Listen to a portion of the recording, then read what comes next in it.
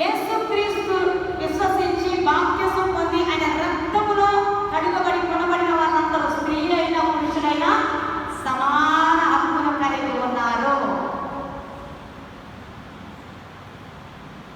ఆయన పరిచయ విషయంలో కూడా అన్ని విషయాల్లో సమాన హక్కును కలిగి ఉన్నారు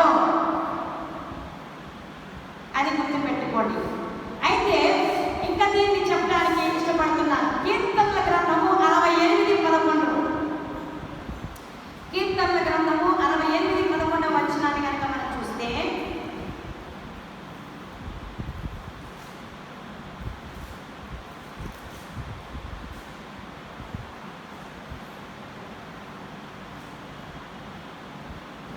ప్రభువు మాట సెలవిచ్చుచున్నాడు, దానిని ప్రకటించు స్త్రీలు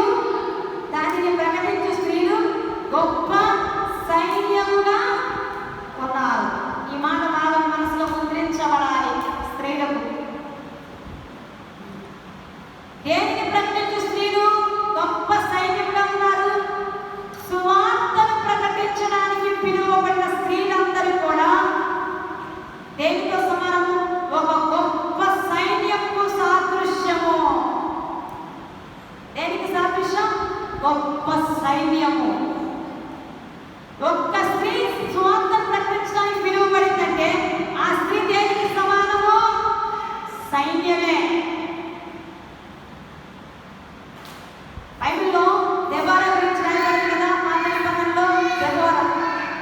దెబోరా ఈ న్యాయాధిపతి